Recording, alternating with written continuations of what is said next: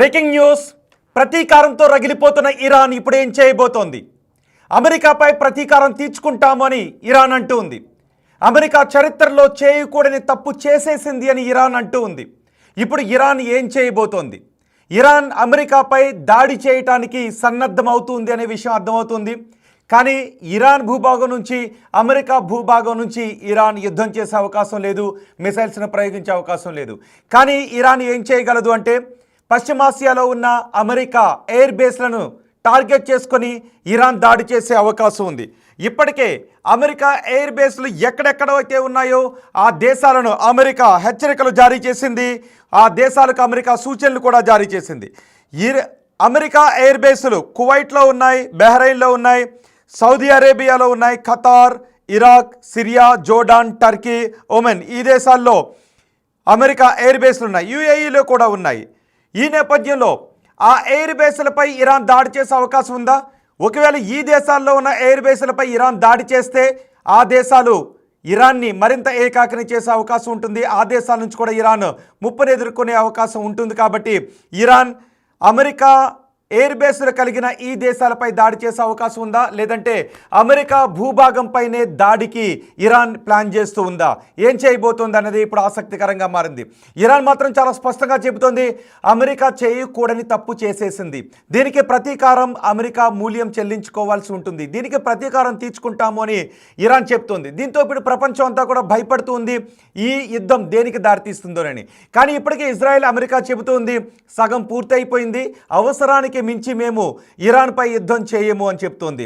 ఇరాన్పై మేము అవసరం మేరకు మాత్రమే యుద్ధం చేస్తాం. ఇరాన్ ఇప్పటికే 60 నుంచి 70% శుద్ధి చేసిన యురేనియాన్ని ఉంచింది, కాబట్టి దాన్ని మేము ధ్వంసం చేయాలని అనుకుంటూ ఉన్నాం. అలాగే బ్యాలిస్టిక్ క్షిపణులను కూడా మేము ధ్వంసం చేయాలని అనుకుంటూ ఉన్నాం. వాటిని ధ్వంసం చేస్తే మా పని పూర్తయిపోయినట్టే, అంతే తప్ప ఇరాన్ నేతలను అంతమొందించడమో లేదంటే ఇరాన్పై మేము అవసరానికి మించి దాడి చేయడమో మా ఉద్దేశం కాదు అని ఇజ్రాయెల్ చెబుతూ ఉంది. మరి ఇప్పుడు ప్రతీకారంతో రగిలిపోతున్న ఇరాన్ ఏం చేయబోతోంది? ఖమైనీ ఎక్కడున్నారు? ఖమైనీని ఇప్పటికే ఏ విధమైనటువంటి సిగ్నల్స్ లేని ఒక ప్రాంతానికి తీసుకెళ్ళి బంకర్లోకి తీసుకెళ్ళి ఖమైనీని అక్కడ దాచి ఉంచినట్టుగా తెలుస్తుంది. ఎటువంటి సాంకేతిక పరిజ్ఞానం అందుబాటులో లేని చొరబడిని ఒక బంకర్లోకి తీసుకెళ్లి ఖమైనీని దాచి ఉంచినట్టుగా తెలుస్తోంది. ఇంకా ఖమైనీ ఎక్కడున్నారో తెలియదు, కానీ ఖమైనీని కూడా అమెరికా ఖతం చేయాలని భావిస్తోంది అనే వార్తలు వస్తున్నాయి. ఒకవేళ ఖమైనీని ఖతం చేస్తే ఎటువంటి పరిణామాలు చోటు చేసుకుంటాయి? నిజంగా అమెరికా ఖమైనీని ఖతం చేయగలదు మీరేమనుకుంటున్నారు? ఖమైనీని అమెరికా అంతమొందించగలదని మీరు అనుకుంటూ ఉన్నారా? ఇప్పటికే మనం చూస్తున్నాం హమాస్ ఉగ్రవాదుల టాప్ లీడర్స్ని ఖతం చేస్తూ వస్తున్నారు, హిజ్బుల్లా టాప్ లీడర్స్ని ఖతం చేస్తూ వస్తున్నారు, హౌతీ టాప్ లీడర్స్ని ఖతం చేసుకుంటూ వస్తున్నారు. ఎక్కడ చూసినా అమెరికా టాప్ లీడర్స్ని, అప్పట్లో సద్దాం హుస్సేన్ కావచ్చు, ఇలా ఎక్కడ చూసినా టాప్ లీడర్స్ అందరినీ కూడా ఖతం చేసిన తర్వాత వాళ్ళ యుద్ధాన్ని ముగింపు దశకు తీసుకొస్తుంటారు. అల్-ఖైదా విషయంలో కూడా అదే జరిగింది. లాడెన్ని అంతమొందించిన తర్వాత మళ్ళీ వాళ్ళు వెనక్కి తగ్గినట్టు. ఇప్పుడు ఇరాన్ అత్యంత ప్రమాదకర దేశం అని భావిస్తూ ఉన్నారు. ఇరాన్ సుప్రీం ఖమైనీ అత్యంత ప్రమాదకరమైన మనిషిగా తమ దేశాలకు ఇజ్రాయెల్కి కావచ్చు, అమెరికా కావచ్చు అత్యంత ప్రమాదకరమైన వ్యక్తిగా అమెరికా భావిస్తుంది. మరి ఈ నేపథ్యంలో ఖమైనీని అంతమొందించేంత వరకు అమెరికా ఈ యుద్ధాన్ని కొనసాగిస్తుందా? ఇప్పుడు అమెరికా ఏం చేయబోతుందని ఇప్పటికే ముగింపు దశకు వచ్చిందని చెబుతుంది. కానీ ఇరాన్ మాత్రం అలా అనుకోవడం లేదు.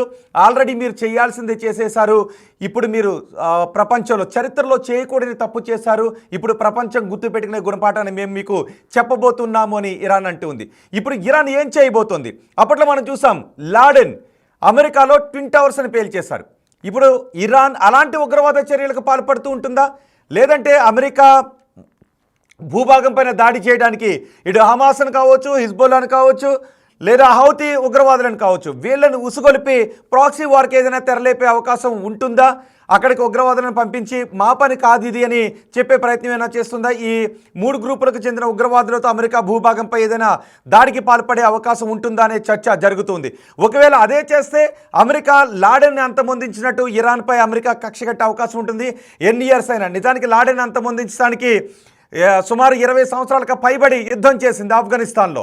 ఒకవేళ అమెరికాపై అలాంటి దాడులకు ఇరాన్ పాల్పడితే ఇరాన్పై అమెరికా కక్షగట్టే అవకాశం ఉంటుంది. ఇరాన్ భూభాగంపై విచ్చలవిడిగా అమెరికా దాడులు చేసే అవకాశం ఉంటుంది. సో ఇప్పుడు అమెరికా ఏం చేయబోతుంది, ఇరాన్ ఎటువంటి ప్రయత్నం చేయబోతుంది? ఇప్పటికే మనం చూసాం ఏ దేశాల్లో అయితే అమెరికా ఎయిర్ బేస్లు ఉన్నాయో ఆ దేశాల్లో ఉన్న పౌరులకు కూడా హెచ్చరికలు జారీ చేసింది, సూచనలు జారీ చేసింది. అక్కడ పౌరులు భద్రంగా ఉండాలి అని, అప్రమత్తంగా ఉండాలి అని, అవసరమైతే దేశానికి వచ్చేసేయండి అంటూ హెచ్చరికలు జారీ చేసింది. ఎక్కడెక్కడైతే అమెరికా ఎయిర్ బేస్లు ఉన్నాయో, సౌదీతో పాటు ఎక్కడెక్కడైతే అమెరికా ఎయిర్ బేస్లు ఉన్నాయో ఆ దేశాలకు కూడా హెచ్చరికలు జారీ చేసింది. మీ దేశాల్లో ఉన్న మా ఎయిర్ బేస్ల పైన దాడి చేసే అవకాశం ఉంటుంది కాబట్టి మీరు అప్రమత్తంగా ఉండండి అంటూ అమెరికా దాడులు చేసింది. అమెరికా B-2 బాంబర్లతో ఇరాన్పై విరుచుకుపడింది, బంకర్ బస్టర్ బాంబులతో విరుచుకుపడింది. ఇప్పుడు చూడండి ఒకసారి, ఇదిగో మీరు బిగ్ టీవీ స్క్రీన్ పైన చూస్తూ ఉన్నారు. ఇరాన్ చెబుతూ ఉంది, దేవుడు కరుణిస్తే త్వరలో అని అంటూ ఉంది. ఒక అణుబాంబుని ట్వీట్ చేసింది. మీరు ఒక్కసారి బిగ్ టీవీ స్క్రీన్ పైన నేను ఇరాన్ చేసిన ట్వీట్ని మీకు చూపించబోతున్నాను. ఆ ట్వీట్ని చూస్తే మీకు ఏమనిపిస్తుందో మీరు కామెంట్ బాక్స్లో కామెంట్ చేయండి. ఇదిగో ఈ బాంబుని చూడండి ఒకసారి. ఇన్షా అల్లా సోన్, ఒకవేళ దేవుడు కరుణిస్తే త్వరలో అని. ఇప్పుడు అమెరికా భయం, ఇజ్రాయెల్ భయం కూడా ఇదే. ఇరాన్ అణుబాంబులను తయారు చేయాలని అనుకుంటూ ఉంది. ఇరాన్ కేవలం ఇంధన అవసరాలకు కాకుండా దాడులు చేయటానికి ఉద్దేశంతో బాంబులను తయారు చేయటానికి అణు ఇంధనాన్ని శుద్ధి చేస్తూ ఉంది. అందుకే మేము దాడులు చేస్తున్నాం అని చెప్తూ ఉంది. ఇప్పుడు ఇరాన్ కూడా అదిగో చూడండి ఒకసారి, ఇదిగో అణుబాంబుని. ఇలాంటి అణుబాంబులు కొన్ని రకరకాల డిజైన్స్లో ఉంటాయి. ఇప్పుడు మీరు చూస్తున్న ఈ అణుబాంబు డిజైన్స్ కూడా బెల్జియం, టర్కీ ఇలాంటి దేశాల దగ్గర ఈ రకమైన ఈ షేప్లో ఉన్నటువంటి అణుబాంబులు ఉన్నాయి. ఇప్పుడు ఇరాన్ ఒక ట్వీట్ చేసింది. ఆ ట్వీట్ని మీరు బిగ్ టీవీ స్క్రీన్ పైన చూస్తున్నారు. ఈ ట్వీట్ అర్థం ఏంటి?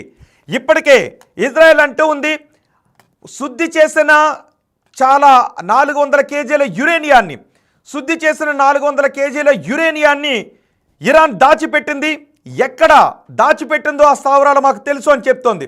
ఇప్పటికే మనం చూసాం, నంతాజ్ కావచ్చు, ఫోర్డ్ కావచ్చు, ఇలా ఎక్కడెక్కడైతే అణుశుద్ధి కర్మాగారాలు చేపడుతుందో, అణుపరీక్షలు చేయడానికి అవకాశం ఉందో అక్కడ బంకర్ బస్టర్ బాంబులను ఉపయోగించింది. 61 మీటర్లు, ఇదే మనం మిసైల్ అనుకుందాం. ఒక మిసైల్ను ఉపయోగిస్తే భూ ఉపరితలం నుంచి 61 మీటర్ల కిందకి వెళ్ళి అక్కడ బ్లాస్ట్ అవుతుంది. అలాంటి బాంబులను వరుసగా 6 బాంబులను ప్రయోగించింది. వరుసగా 2 బాంబులను ఒక చోట ప్రయోగిస్తే ఒక చోటకు వెళ్ళి 61 మీటర్ల కిందకి వెళ్ళి అది పేలిపోయిన తర్వాత మరొక బాంబును ప్రయోగిస్తే అది ఇంకొక 61 మీటర్లు కిందకి దూసుకుని వెళ్ళి పేలిపోతుంది. ఇలా భూగర్భంలో ఎన్ని మీటర్ల దూరంలో అణుబాంబు స్థావరాలు ఉన్నప్పటికీ వాటిని ధ్వంసం చేయగలము అని అమెరికా చెప్పింది. B-2 స్టెల్త్ బాంబర్లు అవి, రాడార్లకు కూడా అంతు చిక్కని బాంబర్లు అవి. వాటిని ఇరాన్పై ప్రయోగించింది. ఇరాన్ భూభాగం మీదకి రాకుండా ఇరాన్ భూభాగం బయట నుంచే వాటిని మేము ప్రయోగించామని అమెరికా చెప్తోంది. మరి ఈ నేపథ్యంలో ఇరాన్ బయట నుంచే అమెరికా ఎయిర్ బేస్ నుంచి వాటిని ప్రయోగించింది కాబట్టి ఇప్పుడు ఆ ఎయిర్ బేస్లను ఇరాన్ టార్గెట్ చేసుకోబోతుందా? ఇరాన్ చెప్తోంది ఖైబర్ షెకన్ అనే మిసైల్స్ ఇరాన్ దగ్గర ఉన్నాయి. అవి స్టెల్త్ టెక్నాలజీని కలిగినటువంటి మిసైల్స్ అవి. మొన్న మనం చూసాం ఐరన్ డోమ్. ఇజ్రాయెల్కి ఎప్పుడు కూడా ఐరన్ డోమ్ రక్షణగా నిలుస్తూ ఉంటుంది. ఎటువంటి మిసైల్స్ వచ్చినప్పటికీ కూడా, 100 కొద్ది మిసైల్స్ వేసినప్పటికీ కూడా ఐరన్ డోమ్తో వాటన్నిటిని కూడా కూల్చివేస్తుంది. ఎయిర్ డిఫెన్స్ వ్యవస్థ, అత్యాధునిక ఎయిర్ డిఫెన్స్ వ్యవస్థ కలిగిన ఇజ్రాయెల్ కూడా ఈ ఖైబర్ షెకన్ మిసైల్స్ని ఆపలేకపోయింది. ఇప్పుడు ఇరాన్ ఆ ఖైబర్ షెకన్ మిసైల్స్ని అమెరికా ఎయిర్ బేస్లను టార్గెట్ చేయడానికి ఉపయోగించబోతోంది. చాలా ఎక్కువ సంఖ్యలోనే ఇరాన్ దగ్గర ఈ ఖైబర్ షెకన్ మిసైల్స్ ఉన్నాయి అనే విషయం ప్రపంచానికి తెలుసు. ఇరాన్ కూడా అదే విషయాన్ని చెప్తోంది. ఈ ఖైబర్ షెకన్ మిసైల్స్ రాడార్ వ్యవస్థను తప్పించుకొని మరీ ముందుకు వెళ్తాయి. ఎటువంటి ఎయిర్ డోమ్ సిస్టమ్ ఉన్నప్పటికీ, ఎయిర్ డిఫెన్స్ వ్యవస్థ ఉన్నప్పటికీ కూడా వాటిని తప్పించుకొని మరీ వెళ్తాయి. మొన్న మనం చూసాం, ఇజ్రాయెల్పై ఇరాన్ దాడి చేసినప్పుడు ఇజ్రాయెల్లో ఉన్న ఆసుపత్రులను అన్నింటినీ కూడా ఈ మిసైల్స్తోనే టార్గెట్ చేసింది. ఇజ్రాయెల్ దగ్గర ఉన్న అత్యాధునిక ఐరన్ డోమ్ వ్యవస్థ కూడా ఇరాన్ ప్రయోగించిన ఈ మిసైల్స్ని, ఖైబర్ షెకన్ మిసైల్స్ని ఆపలేకపోయింది. మరి ఇప్పుడు ఇరాన్ ప్రతీకారంతో రగిలిపోతూ ఉంది. మేం ప్రతీకారం తీర్చుకోవాల్సిందే అని ఇరాన్ అంటూ ఉంది. ఇరాన్ ఇప్పుడు ప్రతీకారం ఎలా తీర్చుకోబోతోంది? ఏదైనా ఉగ్రవాద సంస్థలతో అమెరికా భూభాగంలోకి చొరబడి అమెరికాలో దాడి చేయబోతుందా? లేదంటే మనం ఇంతకుముందు అనుకున్నట్టుగా ఎక్కడెక్కడైతే ఎయిర్ బేస్లు ఉన్నాయి, చాలా చోట్ల ఎయిర్ బేస్లు ఉన్నాయి. దక్షిణాసియాలో చాలా చోట్ల అమెరికా ఎయిర్ బేస్లు ఉన్నాయి. ఈ ఎయిర్ బేస్లను టార్గెట్ చేయబోతుందా? ఒకవేళ ఆ ఎయిర్ బేస్లను టార్గెట్ చేస్తే ఆ దేశాలు ఇరాన్ విషయంలో ఊరుకునే అవకాశం ఉంటుందా? అవి ఏం చేయబోతున్నాయి అనే విషయంపైన ఇప్పుడు మనకి ఆసక్తి కనిపిస్తుంది. ఒకసారి మీకు మళ్ళీ నేను చూపిస్తాను. ఇరాన్ దగ్గర ఎంతవరకు ఇంత అణుస్థావరాలు దొరికాయి, ఇదిగో శుద్ధి చేసిన యురేనియం ఇక్కడ ఉంది అని చెప్పలేదు. కానీ ఎక్కడైతే శుద్ధి చేస్తూ ఉన్నాయో, అణుస్థావరాలు ఎక్కడైతే ఉన్నాయో, భూగర్భంలో ఎక్కడైతే చేస్తూ ఉన్నారో రహస్యంగా వాటిని దాడి చేశామని చెప్తున్నారు. ఇంకా 60% శుద్ధి చేసిన 400 కేజీల యురేనియం గురించి ఇంటెలిజెన్స్ రిపోర్ట్ అందింది అని నెతన్యాహు అంటున్నారు. 400 కిలోగ్రాముల యురేనియం ఉంది అని చెప్తున్నారు. బహుశా అది ఇటు ఇజ్రాయెల్ కానీ అమెరికాకు కానీ తెలియని ప్రదేశంలో ఇరాన్ దాచిపెట్టిందా? అందుకే ఇరాన్ చాలా ధైర్యంగా, చూడండి ఒకసారి ఇరాన్ చేసినటువంటి ఒక ట్వీట్ను కూడా మీరు బిగ్ టీవీ స్క్రీన్ పైన చూడొచ్చు. అదిగో అది అణుబాంబ్. ఈ అణుబాంబు గురించి ఏమని చెప్తోంది? ఇన్షా అల్లా సోన్, దేవుడు దయతలిస్తే త్వరలో, అంటే త్వరలో మా దగ్గరకు అణుబాంబు రాబోతోందని చెబుతూ ఉంది. అణుబాంబు విషయంలో మేము ముందుకే వెళ్తున్నాము అని ఇరాన్ తెగించి మరీ చెప్తూ ఉంది. ఆ బాంబును చూడండి ఒకసారి, అది అణుబాంబు. ఇప్పుడు ఆ అణుబాంబులను తయారు చేస్తూ ఉందని ఇటు ఇజ్రాయెల్ అటు అమెరికా భద్రత కోసమే, ప్రపంచ దేశాల భద్రత కోసమే ఇరాన్పై మేము దాడి చేశాం, అవసరానికి మించి మేము దాడి చేయడం లేదు, అక్కడ పౌరులను టార్గెట్ చేసుకోవడం లేదు, ఇరాన్ టాప్ లీడర్స్ని మేము టార్గెట్ చేసుకోవడం లేదని చెప్తోంది. ఎప్పుడైతే అణుస్థావరాలను ధ్వంసం చేస్తామో, బ్యాలిస్టిక్ క్షిపణులను ధ్వంసం చేస్తామో మా టాస్క్ అయిపోయినట్టే, యుద్ధం ముగిసినట్టే. కానీ యుద్ధం ముగిసిందా లేదా అనేది ఇరాన్ తేల్చుకోవాలి అని ఇజ్రాయెల్ అంటూ ఉంది, అమెరికా అంటూ ఉంది. కానీ ఇజ్రాయెల్ ఏమంటుందంటే అదిగో చూడండి ఒకసారి, అదే అణుబాంబ్ దేవుడు కరుణిస్తే అంటూ ఇరాన్ అంటూ ఉంది. అంటే భవిష్యత్తులో ఏం చేయబోతోంది? ఏ దేశంపై, ఇజ్రాయెల్పై అణుబాంబును ప్రయోగించడానికి సిద్ధంగా ఉందా ఇరాన్? ఇప్పుడు లేకపోవచ్చు, కానీ మేము తయారు చేయగలం అనేటటువంటి ఒక సంకేతాన్ని అయితే పంపించింది. ఇప్పటికే ఇజ్రాయెల్ కూడా అంటోంది 400 కిలోగ్రాముల శుద్ధి చేసిన యురేనియం కూడా ఇరాన్ ఒక చోట దాచిపెట్టింది, దాన్ని మేము టార్గెట్ చేయబోతున్నామని చెప్తూ ఉన్నారు.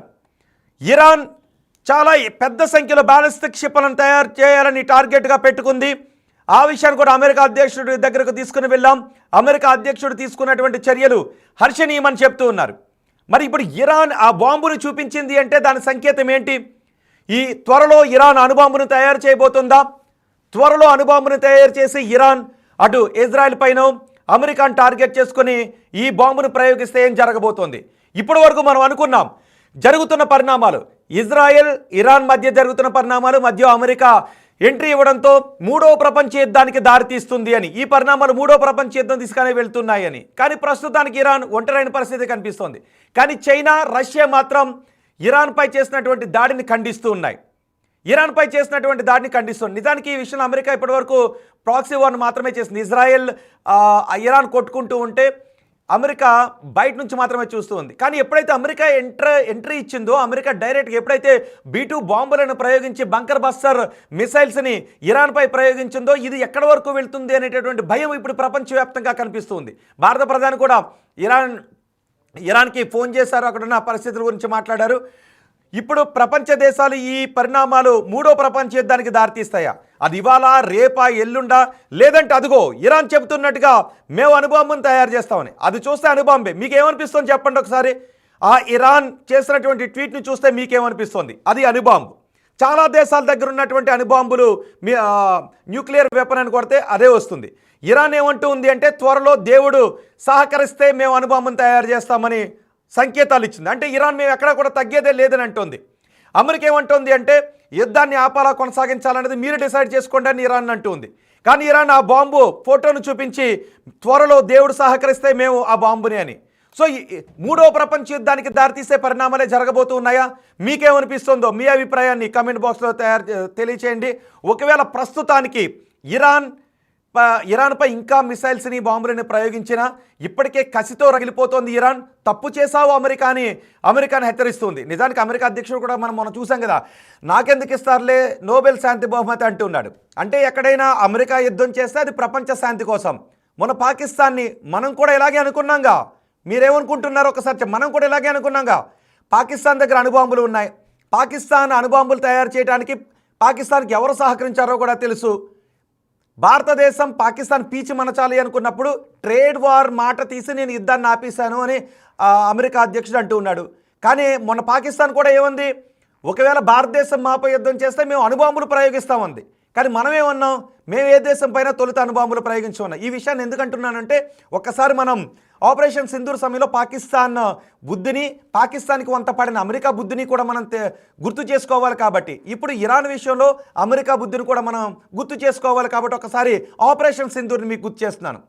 పాకిస్తాన్ దగ్గర అణు ఆయుధాలు ఉంటే అది శ్రేయస్కరం కాదు.